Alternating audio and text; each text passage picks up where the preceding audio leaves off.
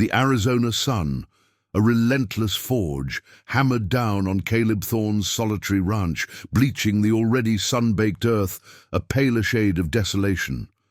The air shimmered above the cracked ground, thick with the scent of dust and distant mesquite. Caleb, a man whose features were as weathered and unyielding as the landscape he inhabited, was methodically mending a section of his dilapidated fence. His life was a stark, predictable rhythm of tending to his small herd, repairing the constant wear and tear of the elements, and savoring the profound silence of isolation that had become his only companion for years. Suddenly, a flicker of movement by his main gate, far too unnatural for a skittering lizard or a tumbleweed, drew his gaze.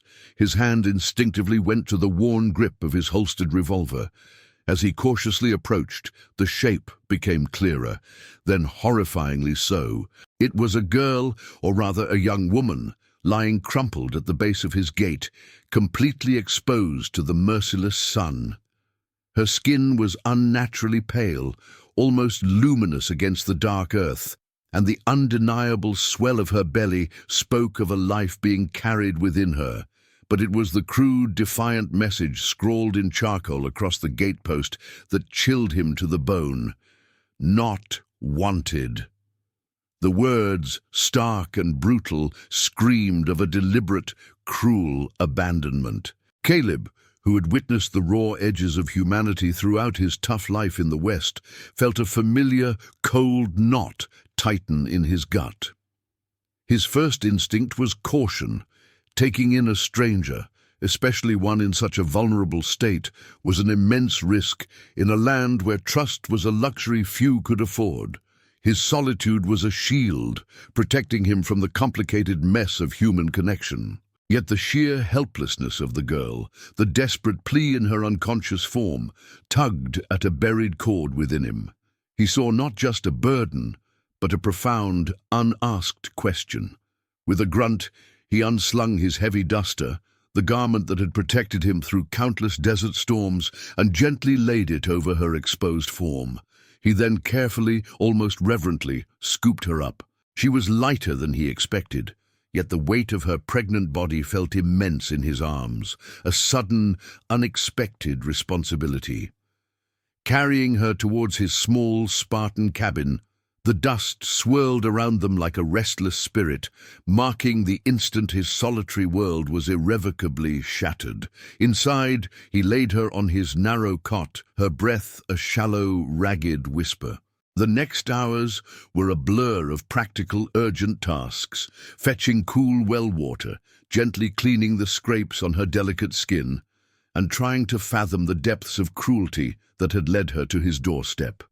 He found no belongings, no letter, no clue to her identity, only the stark, unsettling reality of her presence. As the last rays of the sun bled across the cabin floor, Caleb sat by her side, the flickering lamplight casting long, dancing shadows, knowing with a profound certainty that his life, as he knew it, was now a story without an ending he could predict. If this raw glimpse into the unforgiving West has captured your imagination, don't miss a single chapter of this compelling story. Hit that subscribe button and join us for more authentic tales of survival and human spirit. The days that followed were a testament to Caleb's stubborn resilience and Ilara's quiet will to survive. He had, with a gruff tenderness, given her the temporary name Dusty, a nod to the way she had materialized from the parched landscape, her past as obscure as the dust that constantly coated everything. Ilara, when her eyes finally fluttered open, revealed a startling, clear blue, initially clouded with fear and deep bewilderment. She spoke in hushed, fragmented whispers, her voice raspy from dehydration and shock, offering only vague hints of a journey gone wrong, of being left behind. She never named her betrayer, nor detailed the circumstances of her abandonment, as if the words themselves held too much pain to utter. Caleb, a man of few words, didn't press. He understood that some wounds, especially those unseen, required time and a gentle, unspoken patience to even begin to heal. He became her reluctant yet devoted caretaker. Their shared existence in the small one-room cabin was initially a landscape of awkward silences and hesitant movements. Caleb, accustomed to the steady companionship of only his horses and the vast, empty sky, found himself navigating the unfamiliar territory of shared space and silent observation. He taught her, with simple, direct instructions, how to churn butter, to collect eggs from the scruffy hens, to tend the small, struggling vegetable patch he maintained, and even to mend torn canvas, his weathered hands guiding her through practical tasks. Ilara, in turn, watched him with a quiet intensity, absorbing his routines, his meticulous habits, the way his movements were economical and purposeful. The raw fear in her eyes slowly, almost imperceptibly, began to soften, replaced by a hesitant, budding trust. Their interactions were often punctuated by long stretches of silence, but these silences were no longer empty. They hummed with the quiet understanding forming between them, a fragile truce against the harshness of their shared world. One blistering afternoon, as a particularly vicious dust storm howled outside, trapping them indoors, Ilara finally spoke, her voice stronger, less a whisper. "My name is Ilara," she said, her gaze fixed on the churning red haze beyond the window, as if seeing beyond it. "And I don't know where to go." Caleb simply nodded, his own past a similar echo of aimless wandering and uncertain horizons. He offered her a steady, unwavering presence, a silent anchor in a turbulent world. He understood that the real battle wasn't just against the elements or the unforgiving realities of the land, but against the ghosts of the past that haunted Ilara, and perhaps even his own. The delicate truce between them was tested daily by unspoken questions and the daunting uncertainty of her impending motherhood. Yet in those quiet moments, a different kind of bond, resilient and profoundly human, began to form. As Ilara's pregnancy swelled, mirroring the slow growth of their unlikely companionship, the fragmented tapestry of her past began to slowly unravel. Through hesitant conversations, often sparked by Caleb's quiet, perceptive observations, or Ilara's own growing need to unburden herself, the outlines of her life before his gate emerged. She spoke of a life back east, a small, bustling farming town she had left behind, seduced by the charm and empty promises of a traveling peddler. He had painted vivid pictures of a grand life out west, of shared dreams and a future bathed in golden opportunity. Ilara, young and naive, had fallen for his allure, only to find herself abandoned, pregnant, and utterly alone in the vast, indifferent wilderness. The "not wanted" scrawled on Caleb's gate, she revealed, was a chilling echo of the man's final, cruel words, a profound rejection that still burned like a brand. Caleb listened, his usual stoicism giving way to a quiet, profound empathy. He recognized the pain in her voice, a raw, aching wound, similar to the ones that had driven him to the solitude of his ranch years ago. He knew that true healing wasn't about erasing the past, but about finding a way to carry its weight without being crushed by it. He found himself offering advice, not just on the practicalities of ranch life, but on matters of resilience and finding inner strength, surprising himself with the depth and tenderness of his own words. He was no preacher, but he understood suffering.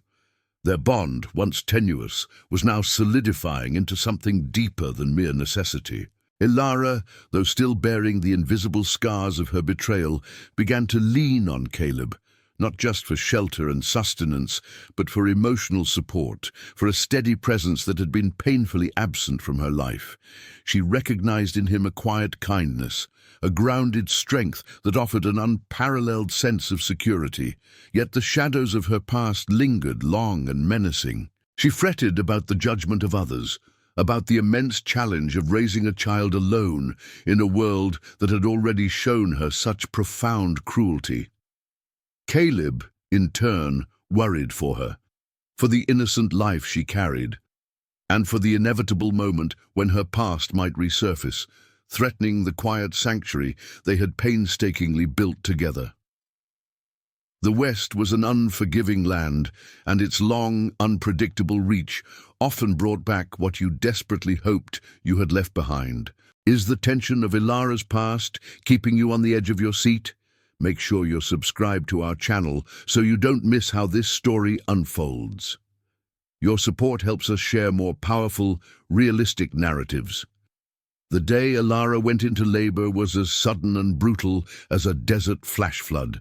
Outside, a blinding, churning dust storm rose with terrifying speed, mirroring the tumultuous, primal storm raging within the confines of the small cabin. Caleb, despite his rugged, stoic nature, was gripped by a fear he hadn't known in years, a cold, clenching anxiety that surpassed any danger he'd faced from outlaws or stampeding cattle. He was a man of the land, capable of facing down the wild.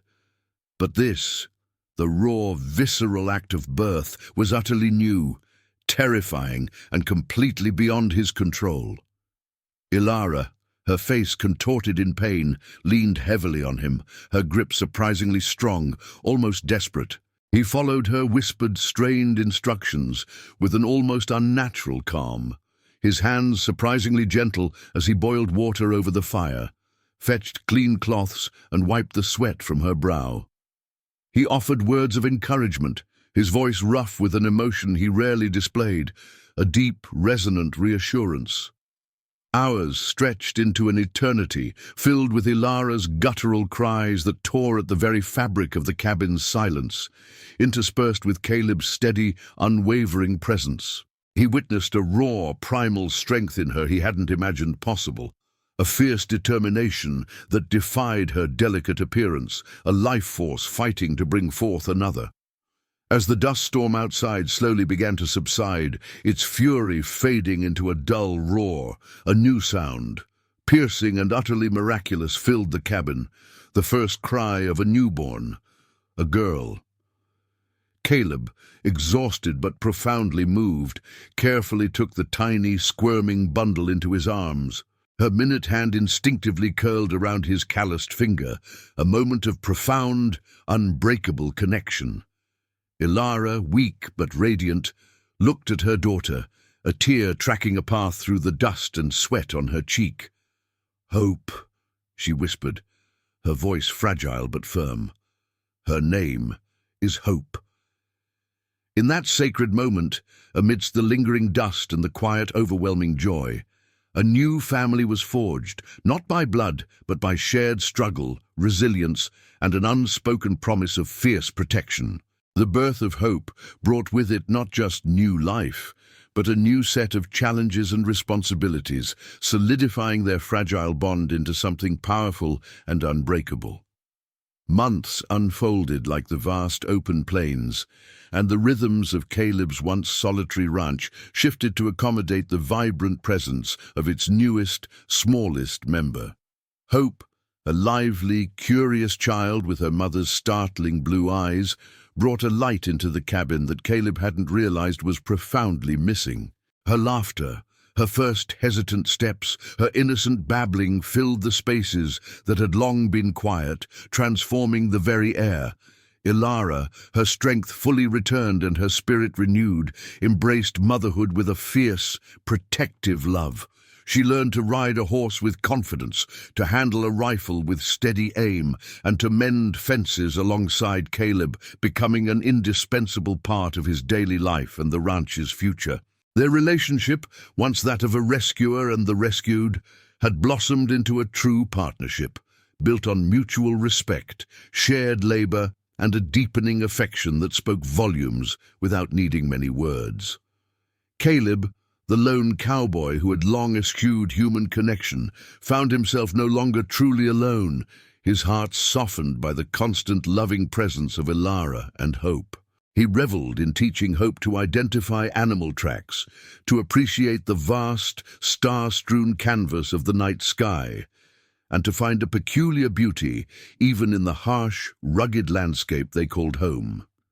One evening, as the sun dipped below the vast horizon, Painting the sky in fiery hues of orange and purple, Ilara sat on the porch, hope cradled asleep in her arms. Caleb watched them from the doorway, a profound sense of peace settling over him, deeper and more comforting than any he had known. He had faced countless obstacles in his life, drought, wild beasts, desperate men, but helping Ilara overcome her past, witnessing her journey from a vulnerable, abandoned girl to a strong, independent woman and loving mother, was perhaps his greatest achievement.